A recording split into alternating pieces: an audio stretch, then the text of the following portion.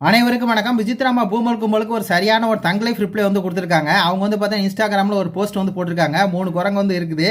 அதுக்கு மேலே பார்த்தீங்கன்னா நீ கண்டதை வந்து பார்க்காத, கண்டதை வந்து கேட்காத, கண்டதை வந்து பேசாத அப்படிங்கிற பார்த்தீங்கன்னா அந்த மாதிரி ஒரு போஸ்ட் போட்டிருக்காங்க. இது யாருக்கு அவங்க வந்து ரிப்ளை கொடுத்துருக்காங்க அப்படிங்கிறது நம்ம எல்லாத்துக்கும் அப்பட்டமாக தெரியும். இந்த 3 பூமரும் போய் உட்காந்துட்டு பார்த்தீங்கன்னா வந்து விசித்ராமா தான் அண்டாகத சோழ வந்து பார்த்தீங்கன்னா தினேஷை வந்து மார்க் பண்ணிட்டு அவங்களே வந்து கிளம்பி போயிட்டாங்க. அப்படிங்கிற பார்த்தீங்கன்னா இல்லாத பொருளாலாம் பேசிக்கிட்டு இந்த மாதிரி பார்த்தீங்கன்னா நான் உத்தமன், நான் நேர்மையாள, நான் எதையுமே வந்து பார்த்தீங்கன்னா வந்து அப்படியே செய்வேன் அப்படிங்கிற மாதிரி பார்த்தீங்கன்னா ஒரு ஸ்க்ரீன் பிளே ரைட்டர் தினேஷ் வந்து ஒரு ஸ்க்ரீன் பிளே ரைட்டர் இருக்கார்லையே அவரெல்லாம் சொன்னார்ல, அவருக்கு வந்து ஒரு தங்களை தான். அது மட்டும் இல்லை மணி, அது எப்படி லேடி பாஸ் அவங்க வந்து ரிவ்யூ பண்ணாங்களே, அப்புறம் எப்படி இவங்க பிக் பாஸ் பற்றி எனக்கு ஒன்றுமே தெரியாது சொன்னாங்களே, அது எப்படி அப்படிங்கிற மாதிரி பார்த்தீங்கன்னா இந்த மணி அப்பா என்ன அறிவுடா டடடடடா, இந்த அறிவு தான் அப்படிங்கிற மாதிரி இருக்குது.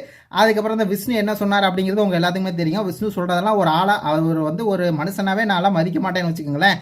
இந்த மாதிரி இந்த 3 பேர் பேசினாங்களே அவங்களுக்கும் தம்ப்ளை கொடுக்குற மாதிரி don't see bad, don't listen bad, don't talk bad அப்படிங்கிற மாதிரி வேறு லெவலில் ஒரு தங்களை ரிப்ளை அப்படிங்கிற மாதிரி தான் இருக்குது. இது பற்றி உங்கள் கருத்துக்களை சொல்லுங்கள். நன்றி, வணக்கம்.